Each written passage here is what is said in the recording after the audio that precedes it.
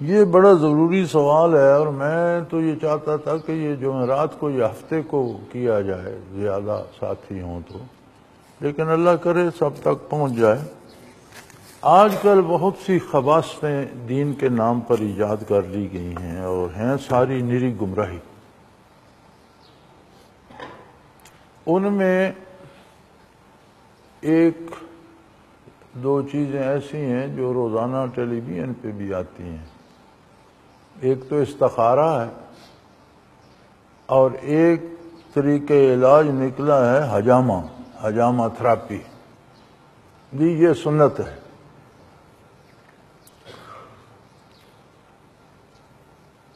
حجامہ therapy کیا ہے؟ وہ چھوٹے چھوٹے کٹ لگا کر اوپر وہ کوئی ڈولی یا گلاس سا رکھتے ہیں، اس میں تھوڑی سی آگ جلائی، جب اس میں آکسیجن جل گئی تو وہ چمٹ جاتا ہے، کچھ خون جذب کر لیتا ہے۔ یہ قدیم میں طریقہ علاج تھا۔ ایک تکلیف ہو جاتی تھی سینے میں، ذات الجنب اس اصطلاح طب میں کہتے ہیں، تو ایک بخار ہوتا تھا اور اس کے ساتھ سینے میں ایک طرف درد شروع ہو جاتا تھا، اور وہ اتنا تکلیف دہ مرض ہوتا تھا کہ اس سے لوگ مر جاتے تھے۔ اس کا علاج یہ تھا کہ اس زمانے کے طبیب جو تھے وہ یہاں سینے کے پیچھے پچھنے لگواتے تھے۔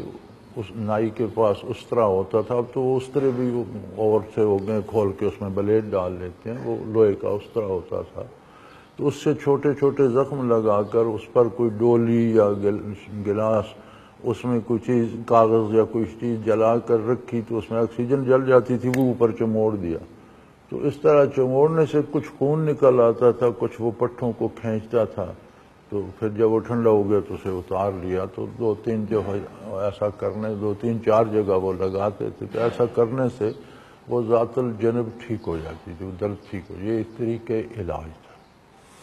اور یہ پچھنے لگوانے کا علاج نبی کریم صلی اللہ علیہ وسلم نے بھی کروایا، تو ہمارے لڑکپن جوانی تک بھی طریقہ علاج ہمارے دیہات میں موجود تھا، ہم نے بھی لوگوں کو پچھنے لگتے دیکھے ہیں، لیکن جب ہم نے دیکھے تو اتباع تجویز کرتے تھے، اور کام سارا حجام کرتا تھا، نائی کرتا تھا، جو گاؤں کا حجام ہوتا تھا، حجامتے بنانے والا، وہ انہیں بھی تجربہ ہو گیا تھا اس جگہ۔ دو کام نائی کرتے تھے، ایک دانت نکالنے کا اور ایک یہ حجامت کے علاوہ پچھنے لگانے کا، لیکن یہ سنت وغیرہ نہیں ہے۔ ایک اصول ہے کہ امور اضطراری سنت نہیں ہوتے۔ امر اضطراری اسے کہتے ہیں جو مجبوراً کیا جائے، یا بیماری ہے اس کا علاج کیا، یہ مجبوری ہے، یہ سنت نہیں ہے۔ سنت وہ ہے جو نبی جو کام اختیاری کرتا ہے، اپنی پسند سے کرتا ہے، وہ سنت ہوتا ہے۔ جو مجبوراً کرتا ہے، تو حضرت رحمۃ اللہ فرمایا کرتے تھے کہ اگر جہاد میں کسی نبی کا ہاتھ کٹ جائے تو یہ سنت بن جائے گی، ساری امت ایک ایک ہاتھ کٹوا لے گی، کیونکہ یہ امر اضطراری ہے، یہ سنت نہیں بنے گی۔ اس پر بات نبی صلی اللہ علیہ وسلم کی ذات والا صفات تک گئی، اور شیعہ کے خلاف ایک مناظرے میں مولوی اسماعیل ہوا کرتے تھے شیعہ کے علماء، اور بہت وسیع المطالعہ، بہت بڑی لائبریری کے مالک، بہت بڑے حاضر جواب، اور حضرت رحمۃ اللہ علیہ فرمایا کرتے تھے کہ یہ مولوی اسماعیل جو ہے یہ شیعوں کے پاس ان کے متقدمین کی مثال ہے۔ تو برے صغیر میں اس کے پائے کا شیعوں کے پاس کوئی عالم نہیں تھا، اور یہ بڑی عجیب بات ہے۔ بہت سے علماء کے مناظر تھا بڑا، اور بہت سے علماء کے ساتھ اس کے مناظری ہوئے، لیکن علماء اس سے بھاگتے تھے، اس کے ساتھ مناظرہ نہیں کرتے تھے، اور اس کا جواب صرف حضرت رحمۃ اللہ تعالی علیہ دی، اور حضرت رحمۃ اللہ تعالی علیہ سے وہ بھاگا کرتا تھا۔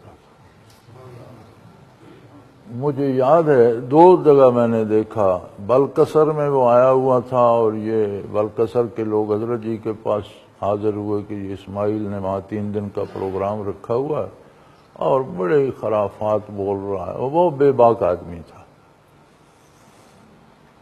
تو حضرت تشریف لائے،